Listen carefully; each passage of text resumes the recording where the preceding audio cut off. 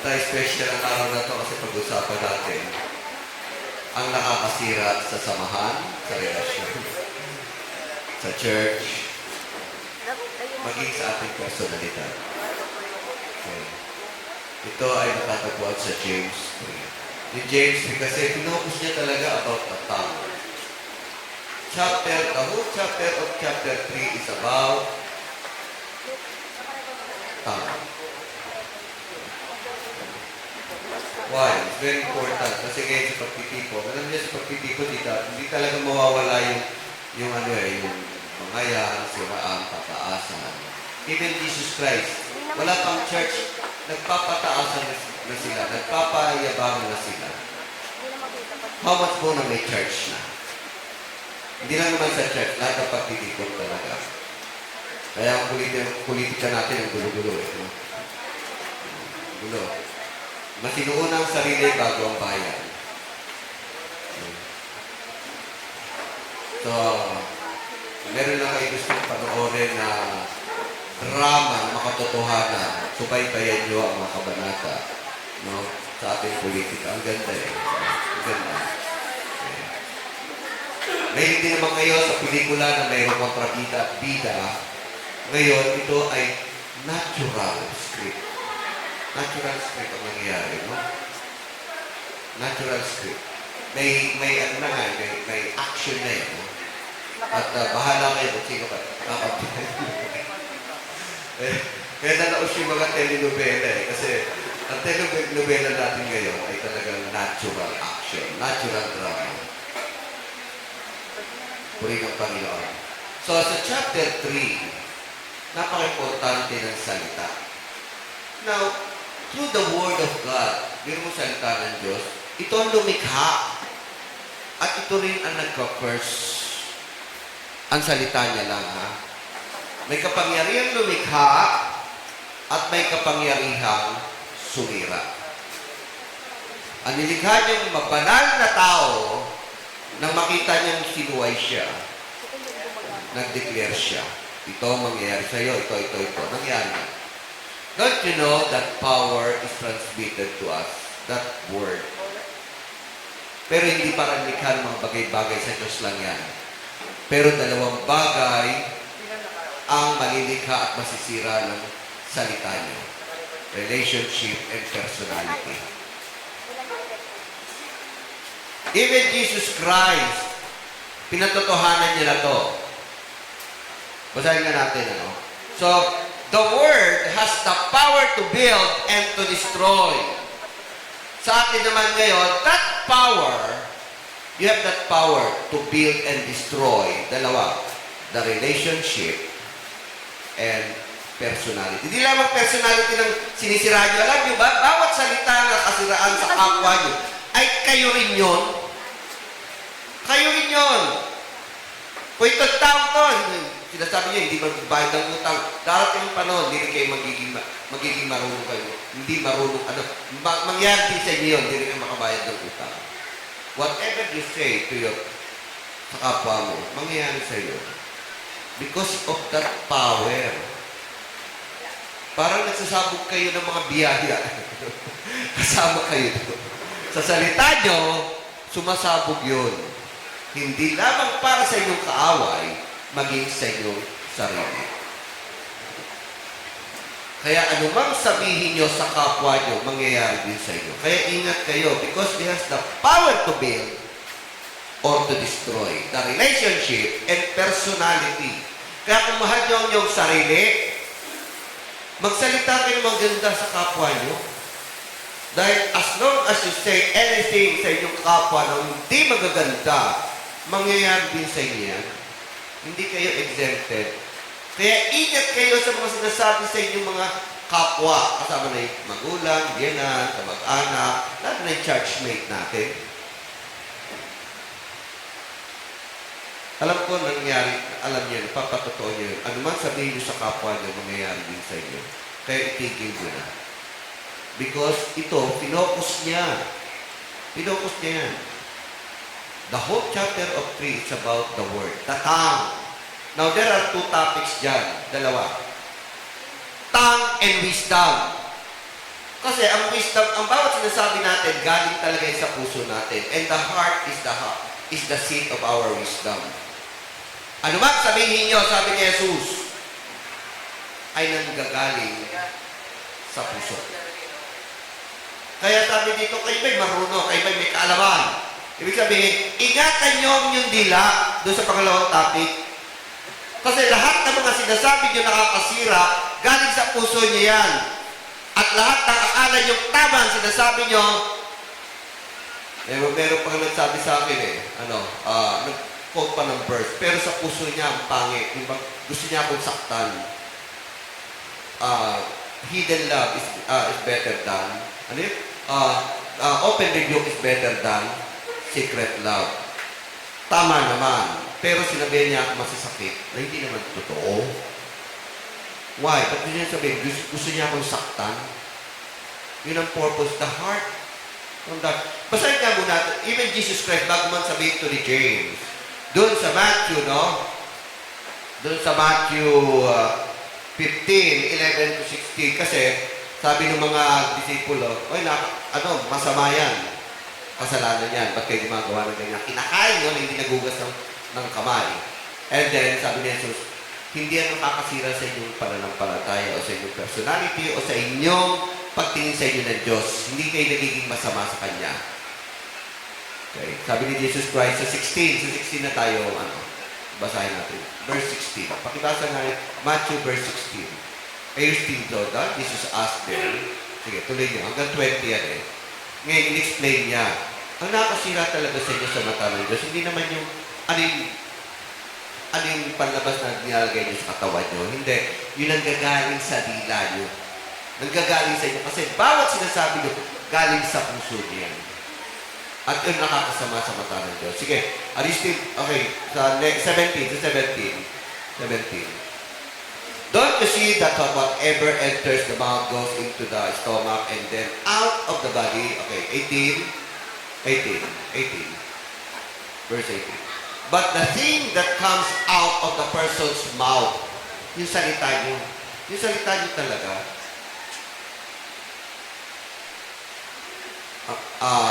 come from the heart, and this defiles them. What's the word of defile? Nakakasira, nakakapangit, nakakadumi. Defiles. Okay. For out of the heart comes evil thought. Ito na yun. Kahit mag-quote ka pa ng verse, kahit sabihin mo, payong kaibigan lang, dapat pray natin sila. Pero ang heart mo, ito ang nakalaman, murder, adultery, sexual morality, theft, false testimony, slander. Okay. 20. These are what defiles a person, but eating with unwashed hands does not defile them. Nag-prayer meeting, pag-pray natin si ganun. Pero lahat na ng sinabi niya sa tao na masama, sinabi niya na. Pero pag-pray daw, ang gusto niya lang talaga ay siraan ng kapwa. Pero bawat kasiraan sinasabi mo sa kapwa mo, mangyayari din sa iyo. Kaya ingat kayo sa inyong salita. Okay. So, Jesus said it, binarningan na bago kay James. Pero pagdating kay James, a whole chapter, pinokos niya sa tungkol sa dila. Bago man magka-church, alam niyo, nagkakaroon na ng siraan. Minsan, si Jesus, naglalakad, at nagtatalo-talo yung mga alagad. At alam niyo, pinag-uusapan kung sino daw pinakadakila sa kanila. Huh? Wala pang church, ha? Pero pataasan na ng ihi. Pataasan na ng kayabangan. Kung sino daw ang dakila. Kaya sabi ni Jesus, hindi ganyan. Kasi magbibig pa lang siya ng church eh. Nagkuha siya ng bata. At sabi niya, kung sino man ang tulad ng bata nito, walang muwang, hindi niya, depende sa kanyang magulang. Dumidepende lamang sa mga magulang niya. At humihingi. Sabi niya, pag kayo naging bata tulad ito, you are the greatest. Kaya sabi ni Jesus, kung sino man ang gustong mauna, siya sa inyo mauhuli. Kung gusto niyo maging leader, maging ano muna kayo, maging servant. Kung gusto niyo taga-utos, matuto kayong sumunod. The first will be last and the last will be first. Ang gusto niyang i-emphasize, wala pang church, ha? Magtatatag pa lang siya ng church. You must be humble. And Jesus Christ is the very example. Alam niyo, hindi siya nag-lay hands. Binibigyan kita ng pangyarihan, ikaw maging leader, ikaw maging apostol, lahat ng yan. Para bang, inaatasan ng kapangyarihan. Alam niyo, ang niya, anointing, hindi lay hands. Naghugas siya ng paa ng mga disipulo niya. Ibig sabihin, mag-serve kayo. Maging mapagkumbaba kayo. At yun ang kanyang anointing. Yun ang kanyang impartation. Impartation yun. Nag-impart siya ng kapangyarihan. Ang kapangyarihan binibigay sa kanila ay pagpapakumbaba at paglilingkod. Ngayon may church na. Ito na. Nabuna yung church. At mabasa nyo sa ibang churches, sa ibang kasulatan ni Pablo, no? Nandun talaga ang bangayan, siraan, agawan ng property, no? Accusation, lahat. Kaya itong chapter 3 na ginawa ni James, alam niyo para sa church yan in general, kasi alam niya ang mga kasira sa church ay ang bawat salita ng kapatiran. May mga churches na akong na-attendan dahil lamang sa pataasan, nag-away-away. Yung isa, pastor against the elders. Yung isa naman, elders against, dahil lang, itong mga dahilan. Yung unang nilayasan ko na church, nangilabot ako, nag-away ang pastor at ang elder dahil lamang sa kwarto. Ang ibig sabihin doon, who has the authority? Sino dapat ang nandito? Nag-away talaga. Mura talaga. Mura as in PI. Kinabukasan, umalis na ako. Ayaw, nakakilabot. Ang bira naman, para yung hindi kanila yung building eh. Pinag-awayan. Pangalawa naman, ganun din. Pero wala ako doon. Pinento na lang. Dahil lamang sa contribution. May church, pero walang resibo. Yun lang ang dahilan. Dahil ang pastor, gumaganda ang buhay. Nagkaroon ng sariling bahay, parang pinibigtangan nila. Pero nandito yung church building. Kahit walang mga resibo yan, kwentahin nyo kung nasaan yung mga contribution. Elders, ito marami ng elders against the pastor. Nagbalibagan, naghampasan ng lamesa, and then sila'y naghiwalayan. Mga elders, nagtayo ng ibang church. Ang pangit. Nasisira ang samahan, nasisira ang pag-ibig, even their personality nasisira. Kaya ingat kayo sa silang salita. Kaya sabi dito ni James, basahin natin James. Sige, basahin natin James. Chapter 3. The whole chapter 3 about the words. Kaya ingat kayo sa inyong salita. At yung mga sinasabi nyo, ingatan nyo ang inyong puso. Bakit nyo sinasabi ito sa kapatiran? Bakit nyo sinasabi ito sa inyong magulang, kapatid, kamag-anak? Ito ba'y talagang concern kayo? Or nagdadamot kayo? Or naiinggit kayo? Or gusto nyong manguna? Or gusto nyong mapansin? Kaya sabi dito, pagkasunod, yung topic ay sinunod niya about wisdom. Kasi bawat salita natin, may wisdom yan. Meaning, how you say it, paano mo sasabihin, anong circumstance mo sasabihin, at bakit mo sasabihin. Kaya there must be a wisdom. Kasi kung yan galit ka, kahit tama ang sinabi mo, pangit ang magiging dating. Kaya dapat, in the right time, in the right person, in the right circumstance, yun ang wisdom doon. Sige, basahin na natin buong chapter 3. Magbabasa tayo, 17 chapters, ha? Namnamin mo. Okay. Babasahin niyo yung verse 1 kayo sa verse 2. Okay? Para makabasa naman kayo ng buong chapter ng isang libro ng Bible. Okay? Okay. alternate niya kay sa verse 2, verse 3 ako, bro. Parang muna tapos natin. Not many of you should become teachers, my fellow believers, because you know that we who teach will be judged more strictly. Kaya nga, sa verse 2,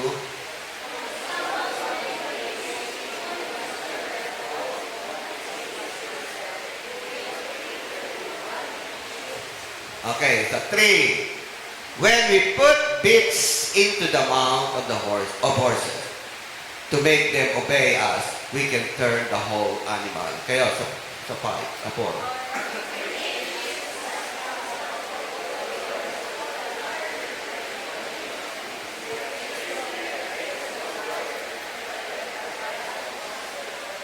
Right.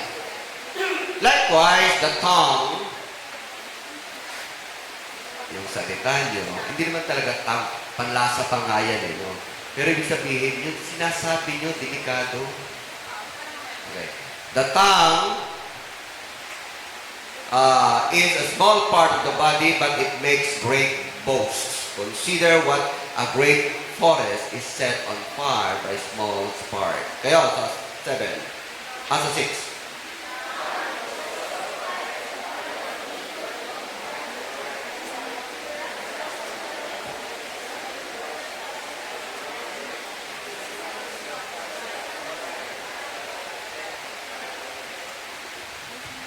All kinds of animals, birds, reptiles, and sea creatures are being tamed and have been tamed by mankind. Kaya,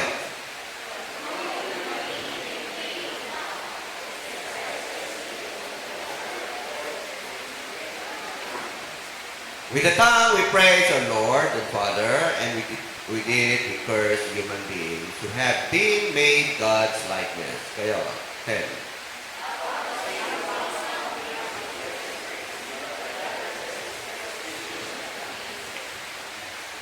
Can both fresh water and salt water flow from same spring?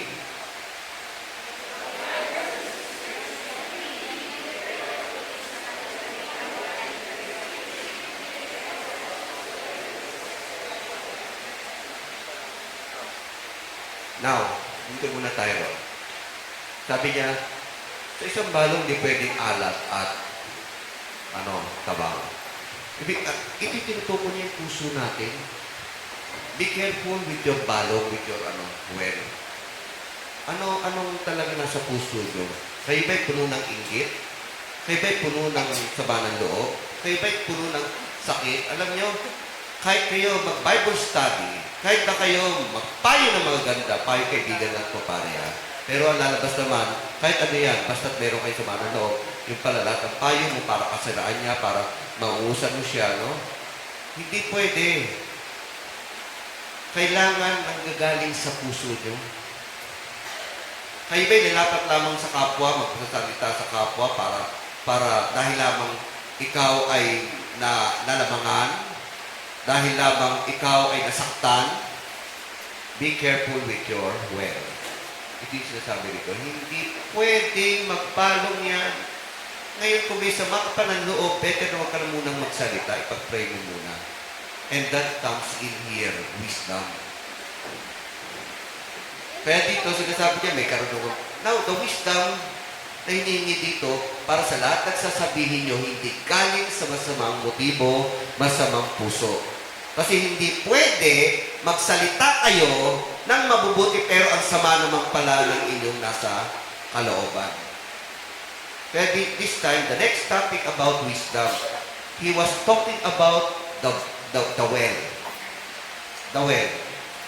Kaya sabi dito, sige, tuloy natin. Balik nga dun sa susunod na verse na babasahin ko. Okay. Pakitutuloy ko. Who is wise and understanding among you? Let them show it by their good life, by deeds done in the humility that comes from wisdom. Kaya, parang sinasabi rito, alamin niyo muna ang gusto niyo sabihin. Okay, sige. Sa verse, kayo naman.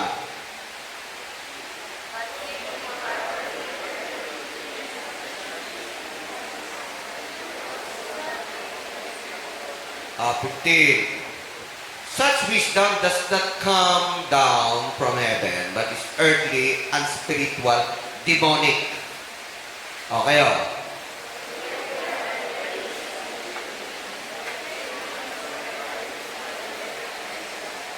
Okay. But the wisdom that comes from heaven is first of all pure. Ito ang gustong nasa puso nyo, balong, dumadaloy pusa. Kaya nakaka-build ng relationship ang bawat sabihin nyo. Nakaka-build ng personality sa inyong katauhan. Kesa yung mga evil na yan na sa puso nyo, alam nyo, sisirain din kayo niyan. So sabi niya, but the wisdom that comes from heaven, and God is good. Lahat ng ibibigay niya sa puso nyo ay para sa kabutihan ng iglesia, ng inyong sarili, ng inyong pamilya. Okay. Then, comes from heaven, first of all, pure, then peace-loving, considerate, submissive, full of mercy and good fruit, impartial and sincere. Hindi ba yung maganda sa church natin? Ito yun. Pero kung kayo ay impure, because yung balong nyo ay puro alat, hindi matatamis na tubig, sisirain ang church. Sisirain ang pamilya. Sisirain ang relationship. And that wisdom, na sinabi nyo, nag-quote pa kayo ng Bible, yun yung mga yun yung evil na hindi pwedeng magsama. Kaya gusto nyo rin magigandaan yung magiging salita, no? Ibahin nyo ang balong ng inyong puso. Punuin nyo ng pag-ibig, pagpapakumbaba, submissive. At yun ang sabi ng Panginoon, sino sa inyo may wisdom? Sino sa inyo may karunungan? Kasi minsan nabubulag tayo ng ating sarili. Church to, hindi to politika. Hayaan mo rin mga politika. No? Kaya nag-aaway, nagbabarilan kasi nga, sa puso nila, evil. Gusto nila maging presidente, gusto nila maging ng pera, gusto nila ng kapangyarihan. Hindi tayo ganun. Hindi yun sa Panginoon. Kaya huwag kayo makikipagsawsawan doon. No? Bis lang nakakasira din. Kaya nga separated ang church and state. Kaya mo rin pang politika. Pero sa atin, pang spiritual. Ang purpose natin ay makaakay ng mga tao sa Panginoon. Hindi para maghati-hati dahil sa politika. Hindi maghati-hati dahil sa pera. Hindi maghati-hati dahil sa kapangyarihan. Kaya ang anointing ng Panginoon, siya na mismo, kasi alam niya, wala pang church, nag-aaway-away na. Wala pang church, ha? Sino daw ang pinakatakila? Nagkaroon na ng church, tabor. Naglabasan na ang kanilang mga ugali. Naglabasan na ang kanilang mga personality. Basahin yung 1 Corinthians. Hirap na hirap si Pablo. And James wrote this, at nakita niya ang dahilan talaga, pinakadahilan, ang puso ng tao. Hindi pwede bumalong sa puso niyo, sa salita niyo, sa preaching niyo, sa mga pag-encourage niyo, ang matabang at alat. Kaya bawat salita natin galing sa puso. Kaya kung gusto niyo rin naman maging lingkod ng Panginoon, check first your heart. So, controlling the tongue. Chapter 3 focuses on controlling the tongue. Wisdom that controls the tongue. Okay. So, dalawa daw ang nagko-control. Yung sarili yung kalaman, which is yung sarili mong gusto, yung nasa puso mo, or humingi ka, kung alanganin ka at alam mo namang may galit ka, may sama ka ng loob, o di kaya ito'y sa kayabangan mo lang, ito'y dahil gusto mo lang makilala, magkaroon ka ng mga followers, magkaroon ka ng maraming likes, mag-isip-isip ka muna. Ask wisdom from God. And that is in verse 17. Balikan nga natin verse 17. Balikan natin verse 17. Remember this. Kung kayo makipag-deal sa kapwa. But wisdom, the wisdom that comes from heaven is first of all pure. Walang bahid ng pangsariling interest. Okay, may pagkaibigan dahil may kaya siya. Anytime pwede mong utangan. Hindi ganun, no? Huwag kang makipagkaibigan dahil maganda siya, gwapo siya, maraming kaibigan. Hindi ganun. Pure. Ang nasa puso mo, gusto mo lang talagang mag-serve. Gusto mo lang siyang maakay sa Panginoon. Kahit ikaw ang gumastos, okay lang. Pure. Then, peace-loving and considerate. Ang sasabihin mo ba makakasira sa tao? Makakasira sa samahan? Kahit na ito'y quoted sa Bible? May nangyari sa akin ganon. Sinabihan ako, ikaw, nagdakaw ka, ginamit mo mga ano ng church. Hindi naman totoo, no? Now, I'm rebuking you. But it's better, ano yan, no? It's better an open rebuke than hidden love. Asan ang love ko? Sinaktan niya na ako. Hindi man lang nag-imbestiga. Hindi man lang inalam kung totoo yung mga kinwento sa kanya. Di ba ang sakit? Bakit niya sinabi yun? Kasi gusto niya lang usaktan eh. And then lumabas yung mga katotohanan ni hindi nagiging sa akin ng sorry. You see, the heart, kahit nag-quote pa siya ng Bible, pero yung heart niya ay gusto niya akong saktan. At lumabas ang katotohanan. Walang katotohanan. Bumalik naman sa kanya yung mga sinabi niya. Ngayon, hindi na siya ganun ka-active. Kaya ingatan niyo, dalawa ang sinisira, hindi lang relasyon, dalawa yung personality niyo. Ang personality, ang salita niyo, dalawang binibuild niyo rin. Personality ng kapwa mo, binibuild mo siya, at binibuild mo rin ang sarili mo.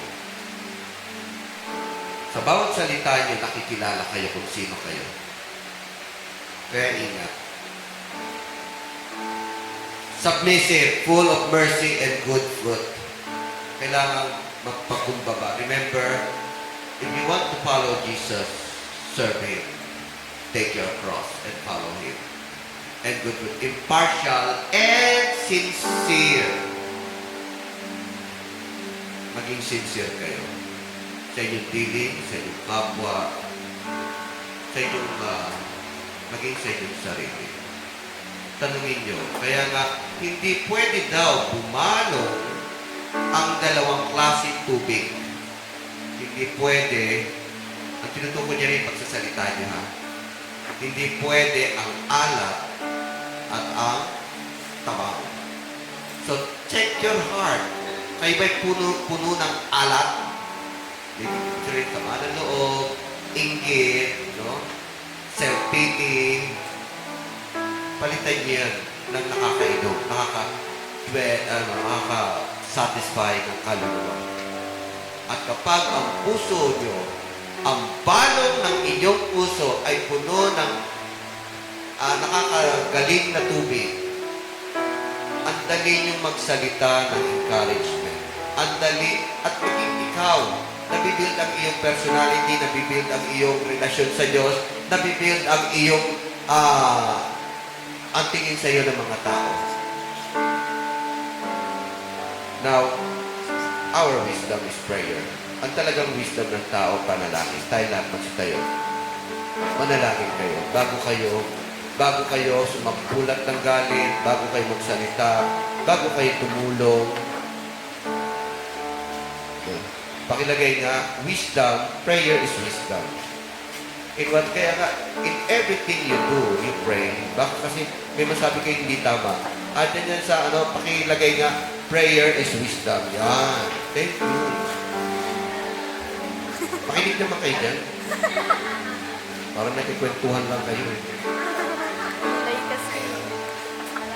Yes, prayer is wisdom.